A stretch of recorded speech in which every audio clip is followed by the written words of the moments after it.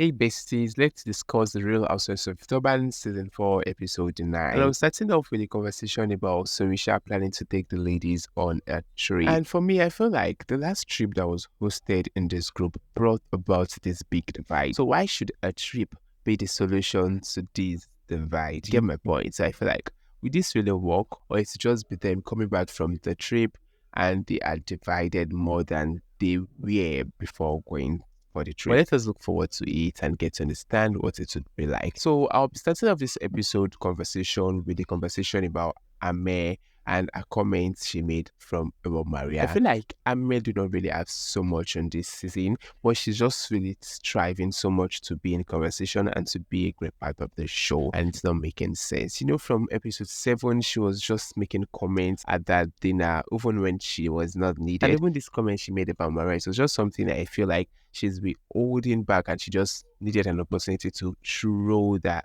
out to Maria. And I feel like this comment is something not really nice, and it seemed very childish of Ahmed to have made this comment, because what is she trying to imply? She's a married woman. I think she should have done better or know better. For me, I do not really subscribe to such comments. It's so low and it's very irrelevant. It's not even really like something. I think if it's like something you're coming for someone, you're trying to kind of come for someone, come for them correct, not with all of this naysay and stories that are not really real that you're trying to make real. Moving on from Ame, I think I need to discuss Nonku and Adnemiro's relationship on this Real Housewives of Durban reality TV show.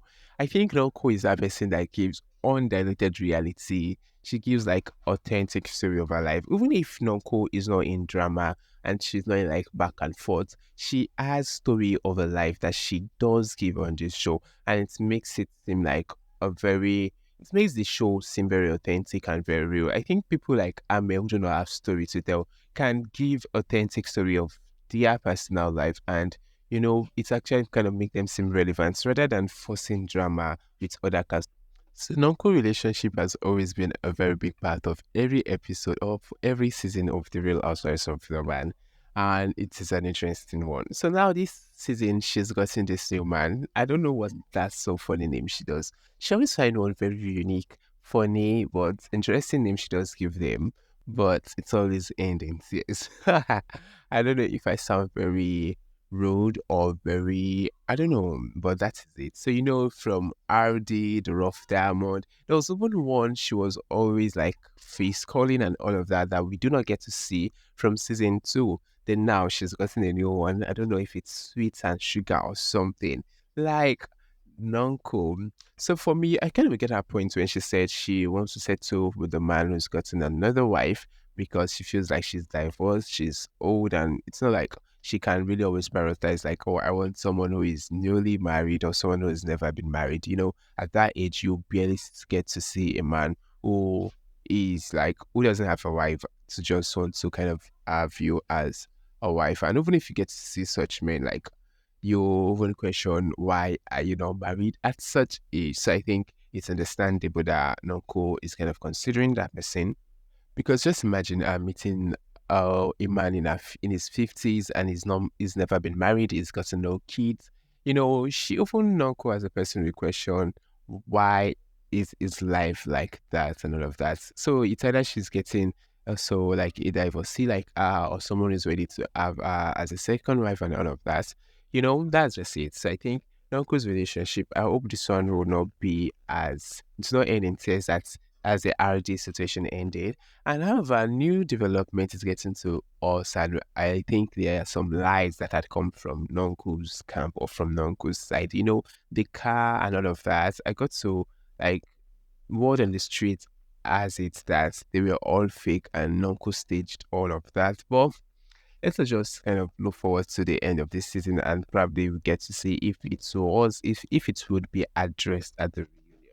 But Slee having to meet RD and getting to discuss about Nonku with RD, I felt like it was so unnecessary. And she's claiming she's doing that based on the fact that RD and Nonku's situation was like she got a lot of brunt from that relationship and it feels like she did not bless the union and all of that. So if you were not in support of the union while it lasted, so why are you now trying to find out or kind of make things work when you're not even in them with the person who was supposed to be your friend. I think it's a very unnecessary one. But it's just so good for the show because to an extent we're getting to hear RD's side.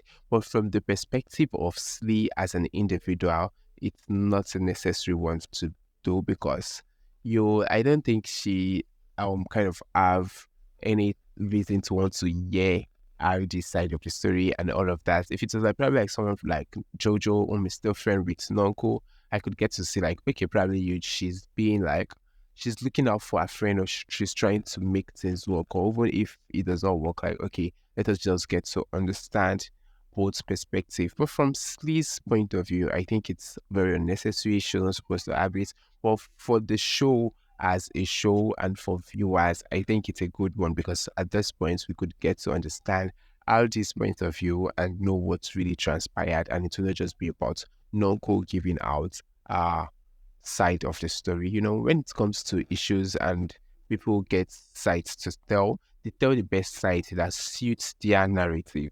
And I think that's just the good thing about what's the name about RD coming to the show. So the great divide that happened, and I'm not really surprised that the ladies boycotted our events, that is Jojo and Nonko, whom were invited. I'm not surprised at all. And I think Ame's event was kind of very underwhelming. They just dressed so much for an underwhelming meeting, and I think nothing interesting happened. I even felt like for the Jojo Nonko, they had more fun and there were lots to be discussed, and it was not toxic. It was just like a very happy situation for them. Then the Maria's marriage and the discussion about her husband not being in town and all of that. I think Maria might be going through some things, but she's just trying to make it clear that, okay, if in case it gets worse or things go out of hands and you guys get to hear stories, probably you guys should not be surprised about some certain things you get to find out. And it's fair that she's saying that. So I think this is all I'll be discussing for Real Housewives of Durban season 4, episode 9. Bye, yeah.